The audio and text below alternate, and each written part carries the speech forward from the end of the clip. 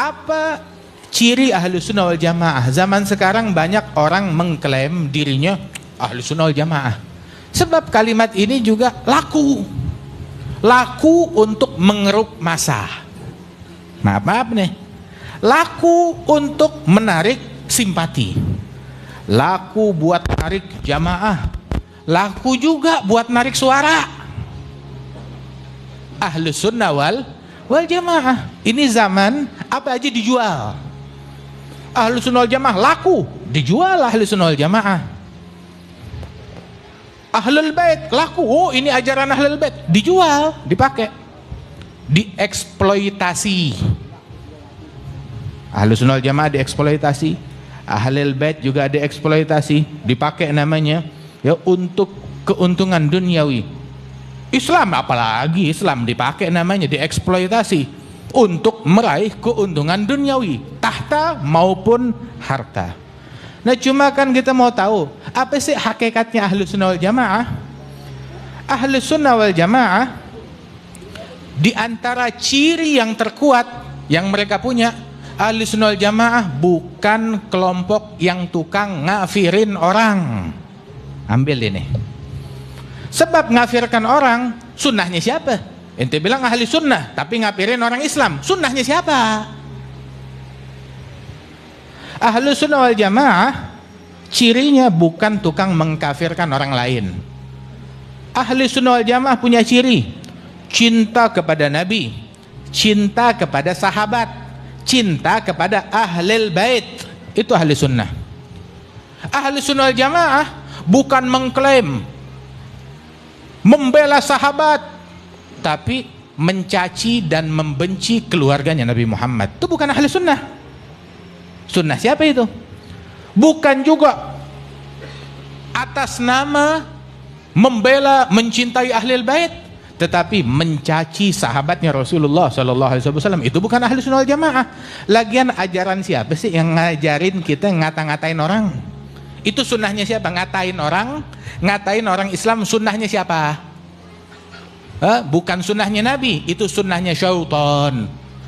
Cirinya ahli sunnah bukan tukang caci maki, sebab itu bukan sunnahnya Nabi, itu sunnahnya iblis, sunnahnya syaitan.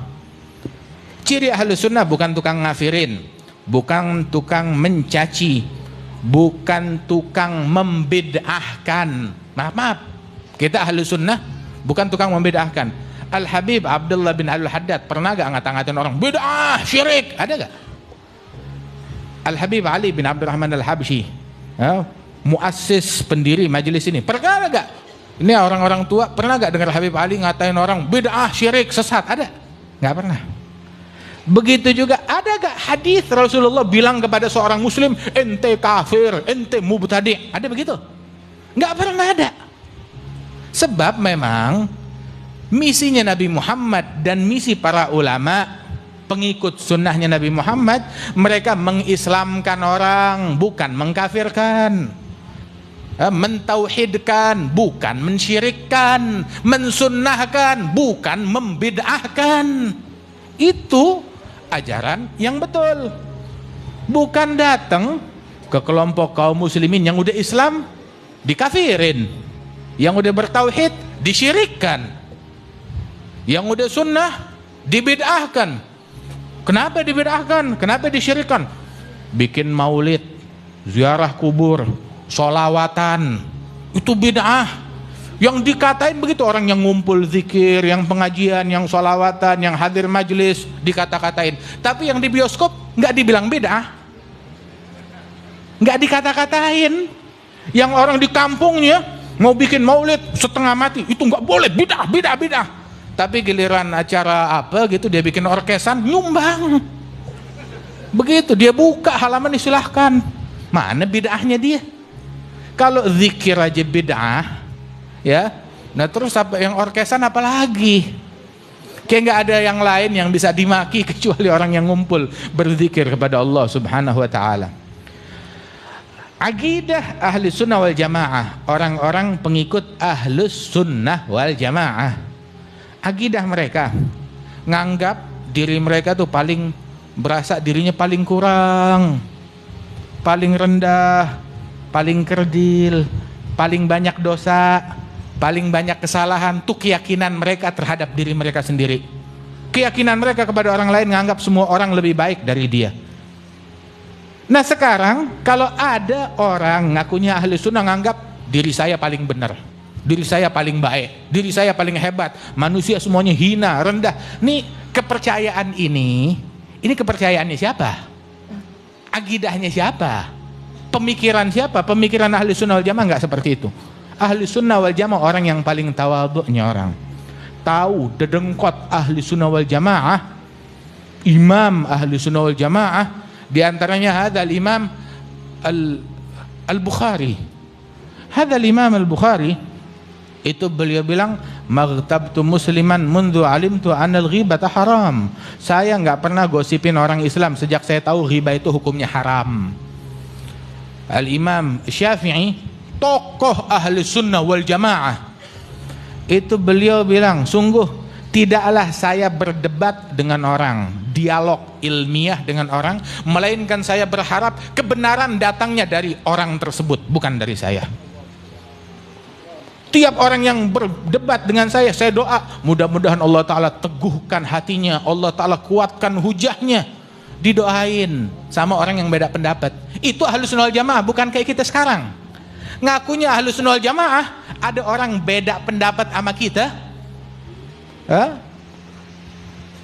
kita jelek-jelekin dia, kita katain dia. Ente sekarang beda pendapat ilmiah dengan seseorang, beda pendapat ilmiah dengan seseorang, argumentasi, jawab dengan argumentasi, ya kan? Dia bawa kitab, ente bawa kitab.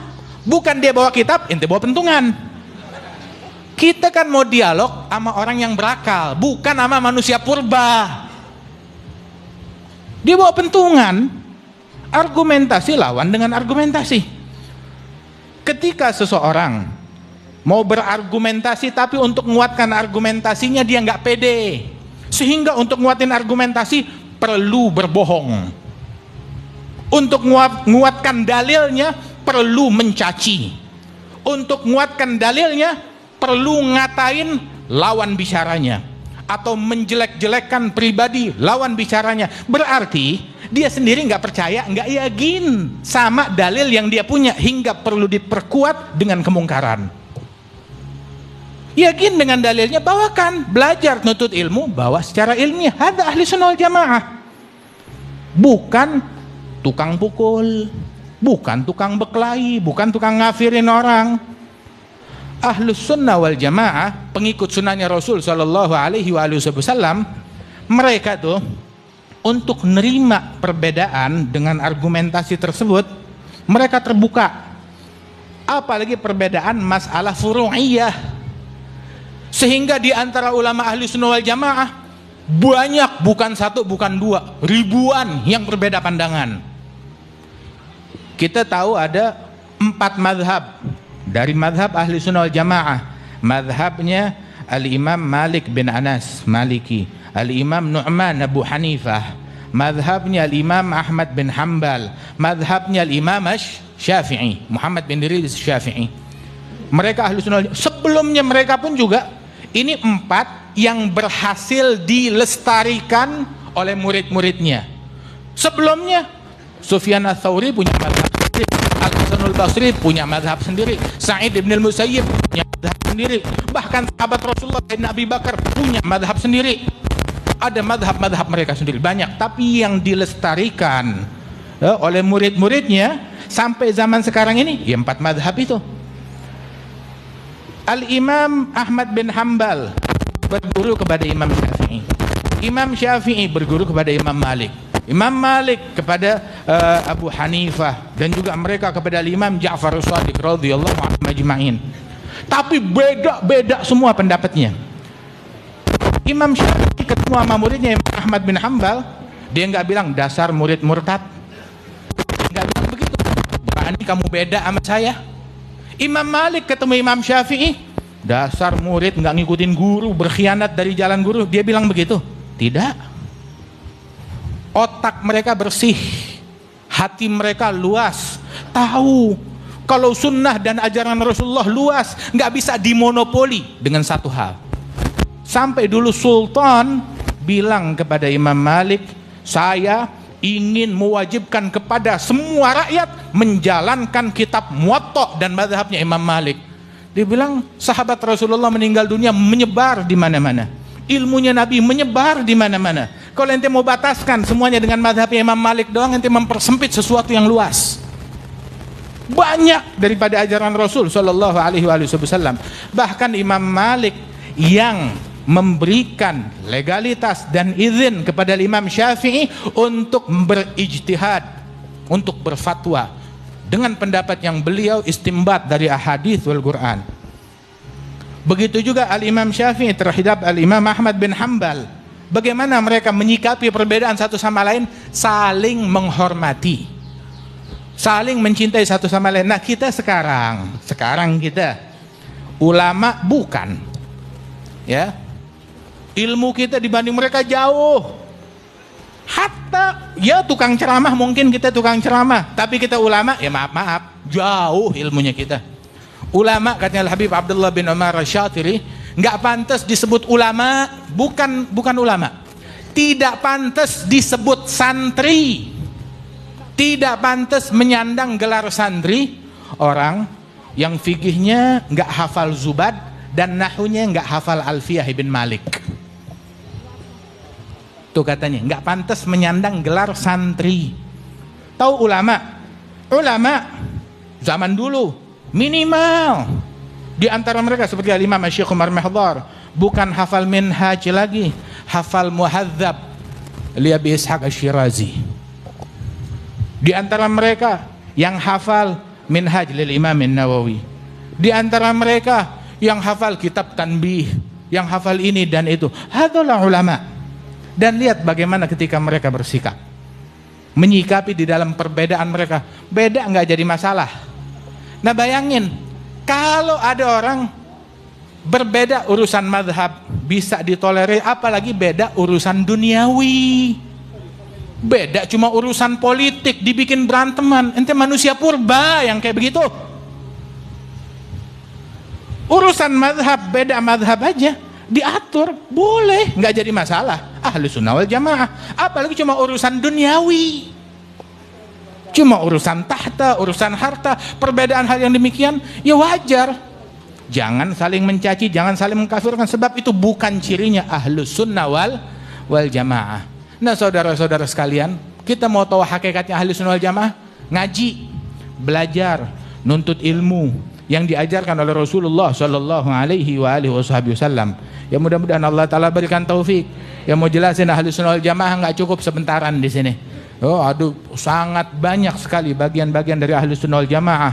Itu beberapa tahun yang lalu pun juga Al-Habib Umar bin Hafidh pernah mengadakan muktamar tentang dasar-dasar Ahlus Sunnah wal Jamaah. Waktu itu diadakan di Malaysia, dihadiri oleh Habib Abi Bakar bin Ali Al-Masyhur, Habib Umar bin Hamid Al-Jailani, Syekh Habib Bakar dari Kerala, dari India, dan juga banyak para ulama turut menghadiri daripada acara tersebut, muktamar Ahlus Sunnah wal Jamaah. Waktu yang sedikit nggak cukup untuk itu semua, tetapi tugas kita, ayo kita mengkaji agar kita meninggal dunia kita telah menjadi ahlu sunnah yang sejati. Mudah-mudahan Allah Subhanahu wa Ta'ala persatukan kita. Allah Ta'ala berikan taufik dan hidayat dan bimbingan kepada kita sekalian.